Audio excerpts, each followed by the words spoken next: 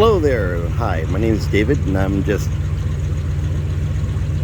making a short video regarding refrigeration in your camper. If anybody have ever experienced anything such as where your freezer top part is only working and your lower part of your refrigerator just the same is not keeping up with the freezer, and it's just warm no matter what you do, turn the dial, all that. This is my father's motorhome. Purchased it from him probably about 15 years ago. It's a 1984 Winnebago. So understand, majority of the refrigerators that are still being made today have not changed. Primarily use ammonia in the system, permanently sealed in steel encased. Well, let's get a quick look. Well, here we go. Of course, any motorhome this age in 1984 is a work in progress. Now, understand that no matter what you're doing in a motorhome, it's new or old, there's always something to do. So we have our dials here. Now understand, gas, off, AC, gas, electric. Now, when I had it on just recently, and of course, the freezer's working wonderful. Actually, it's still cold and I've had it off for probably overnight. And let me check the refrigerator side. And here we go. It feels just a touch cold, but not really cold. The feel of the refrigerator, not exactly the temperature you want. So there's two ways the system works, okay? The top portion of the freezer does have its coils where the heat is rising. And then we have the refrigerator side where the lower set of coils where the heat is rising. And I'll give you an explanation. This is the first side where that gets the heat. So I'll give you a quick once. Hang on. Alrighty, here we are, 1984. Motorhome Winnebago Chieftain. Now understand, these things are notorious for having trouble. Now, not just any 1984, I am talking even new. And the way the seal system works is with heat. Primarily either electrical switching, it has its own start ignite system. And here's a drain for the when it thaws. Now understand, this is the heat and electrical where the heat rises inside the coil where it fills and causes a chain reaction with the ammonia to start moving in order to create its own vacuum, and it turns into cold ammonia, just like the pretty much what they have in the systems and the stores, are not anymore in the refrigerators at home. Here's the story. Now, I know a guy that actually is a salesman for selling parts for motorhomes. And he gave me the story that what they do is they take the unit out of the motorhome, and all it is accumulation from the moisture in the air gets on the coils. And there's two ways to do it. You could take it out totally, or you could actually do it with a brush through here. So I'll show you the steps there. Now, he told me that even though you claim they do give you a new refrigeration system for your refrigerator, all they do is paint it, the existing ones they have, black, clean the coils, and they sell it pretty much as new. Or maybe they might even say that they do have a used one, possibly. I'm not sure nowadays. Anything's possible. It seems to be. We're all surprised. So I took it on his advice. I decided to do it. And guess what? It worked. So here it is 7 years from now, and I have to do it again. Now, this time, I'm going to show you how I take it apart and what I do. So I'll put you on in a second. Okay, and as you can see, I have a Phillips. I do have the gas turned off, number one, so you don't tend to have any problems in the long term. And let's see what's behind the door here. Pull it. Ah, okay. Now here, I'll give you a quick close-up. The igniter, the flame, and the thermostat. Okay, the thermostat turns on the gas once the flame is on, and it warms up. After the igniter gets it going, it holds it for just a second to release and open the valve for the gas. Now that little opening there where the flame is heading, that is the where I'm gonna use a brush going all the way up the chamber, probably about 3/4, and that will be enough. Now understand what the result is. What I'm looking for is rust. Rust will be coming out, and I just have to vacuum it up. Now after the fact there, it only took me maybe not even 10 minutes to 20 minutes. Is just the idea of doing this in your own spare time and finding a time. So I knew I had to do it last year. So let me go get my brush, and we'll take apart the unit over here, open it up for me to get the brush in order to get it. Okay, first thing I'm doing here is catching the moisture. A little bowl here that captures them from the defrost. Removing the 2 screws. Okay, here we go again. Now, as you know, you could just kind of judge by how everything looks. And then on top of that, if you look inside, you could see rust. The rust buildup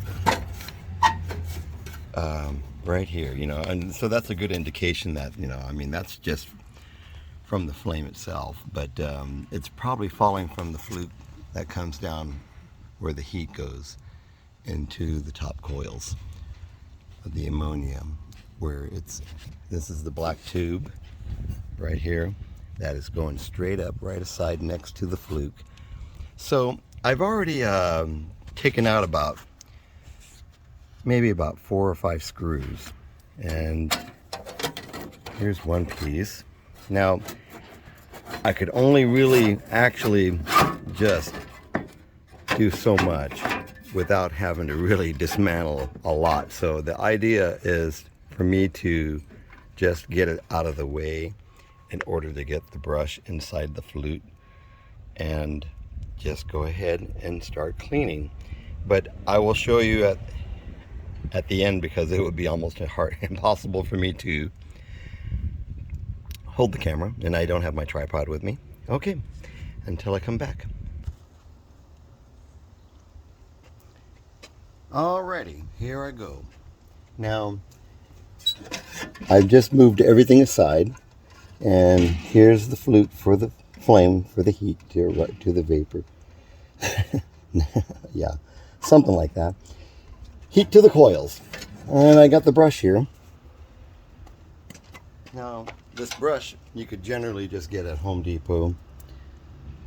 This one here is a vinyl or plastic. So anyhow, the idea is they probably wanted me to use like a metal one, but I didn't have one. But it worked well last time, so it goes right up the fluke. Getting it up there easily.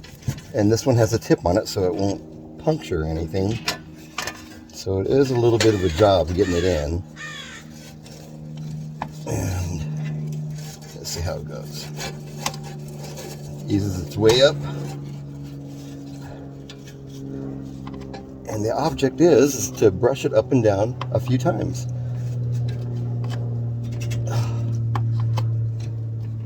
Okay.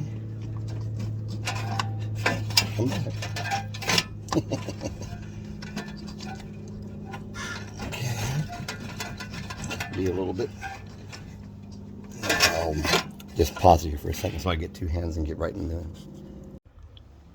All right, let me just show getting the brush up there at an angle, I guess, is just for me to get it started. So I did get some rust down. Now I just got to get more of an angle up. So let's try bending it a little bit more. Go up again.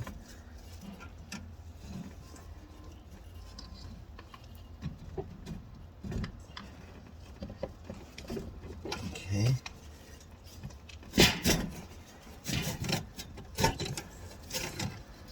Do got a little pile there of rust. So let me try straighten it just a bit. Get more in there. It goes up. All the way up this time, I hope. And then the object of the hard part is getting it back down. When the bristles are going up this way, now you're trying to pull them down.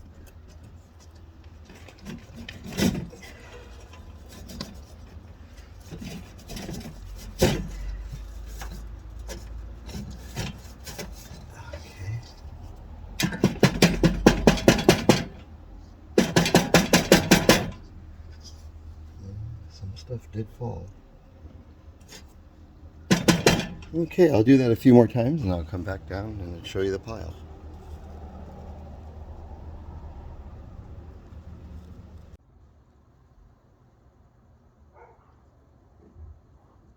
Okay, here we are. Just to give you an example of the rust that is coming, has fallen out of where the coils are, where the ammonia and the flame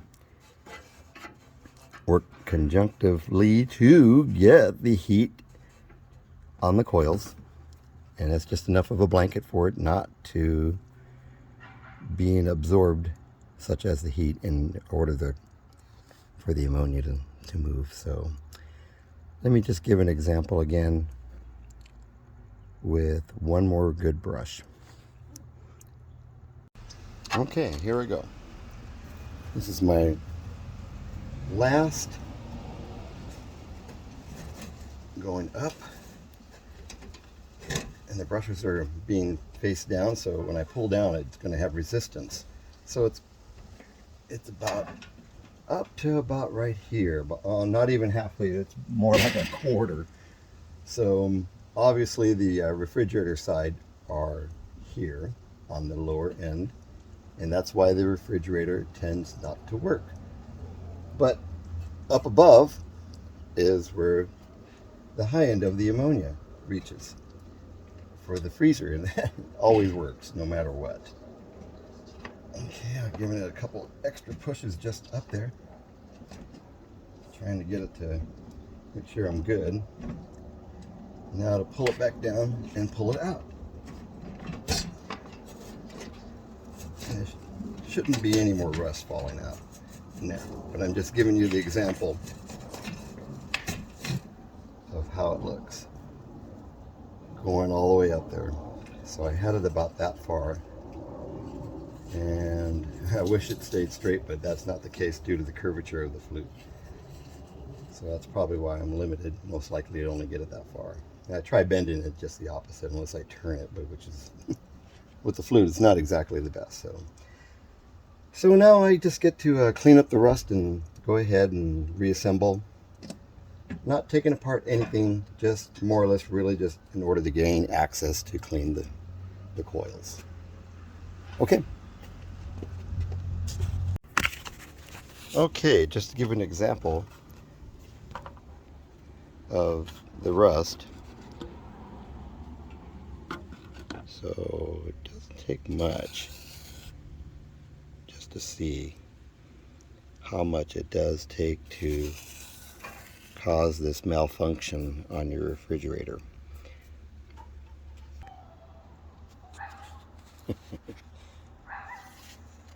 Okay, here we go. I got it back together.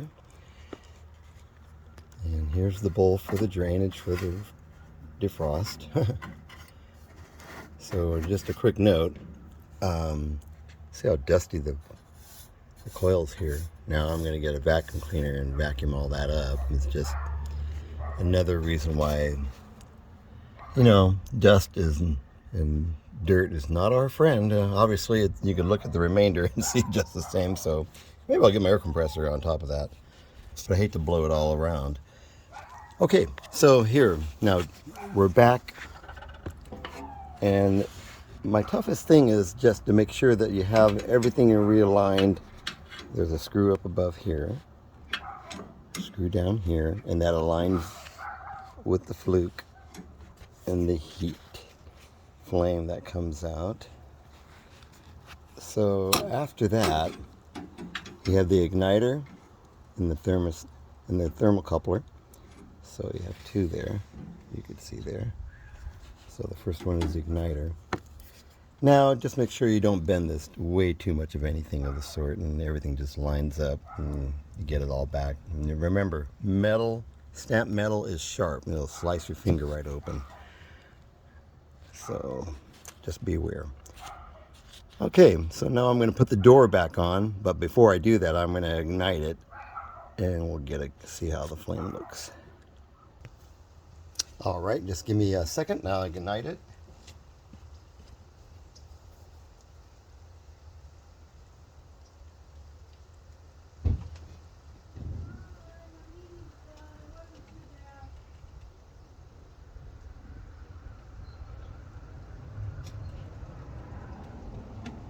Doing a video.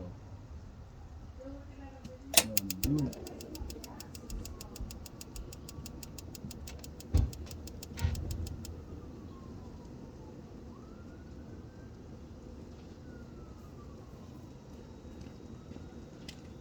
Okay, as you can see, the flame did ignite. I dropped it there. Okay, you can see the flame did ignite, blowing into the flute. Pretty much almost the action of what you would get from a chimney. So all's good now. All I got to do is wait and see. And the other thing I did find is a bunch of rust inside the pipe there. It does have its vent for the blue flame where it adjusts. And there was a bunch of broken pieces of rust, so I was blowing at it at an angle. And it came out pretty good, so maybe that could have been a restriction on the flame.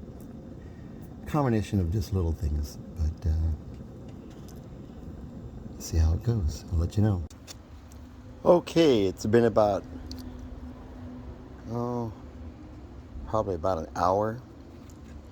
And now I'm going to see how it looks. I did dust it a little bit. Doesn't look like it, but it did get quite a bit of dusting. And I put the door on, and here's our peephole for the flame. And as you can see, I'll zoom in. Now that I've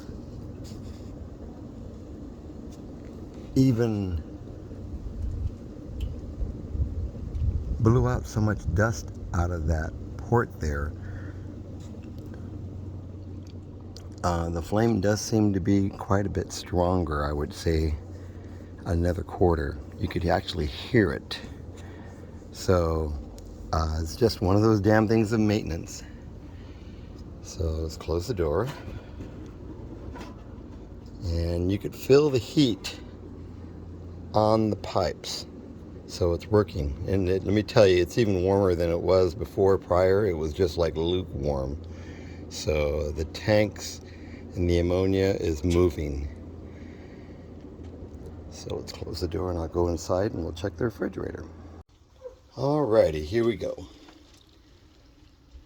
As you can see, it says gas. And I believe it does affect the electrical side too, with all that cleaning.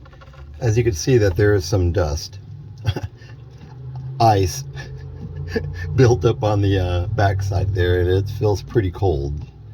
Not as cold as it, if I'd had it on for a period of time, you know, then it's really rock solid cold, but it's It's enough for it to accumulate moisture there and build a little frost versus dust.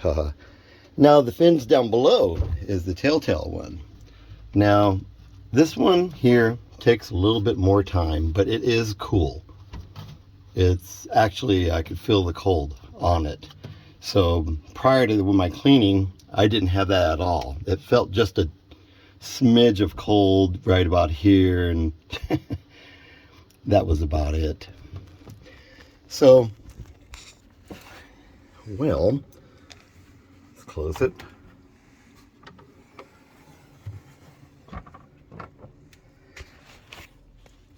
And on closing, here I am.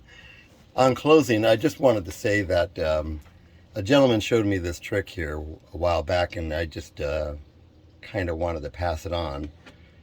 The idea of having to pay about $1,500 for a new refrigerator, or they actually replace the coils. That was what I was thinking, but after talking to that one gentleman that sells RV parts, gave me the trick.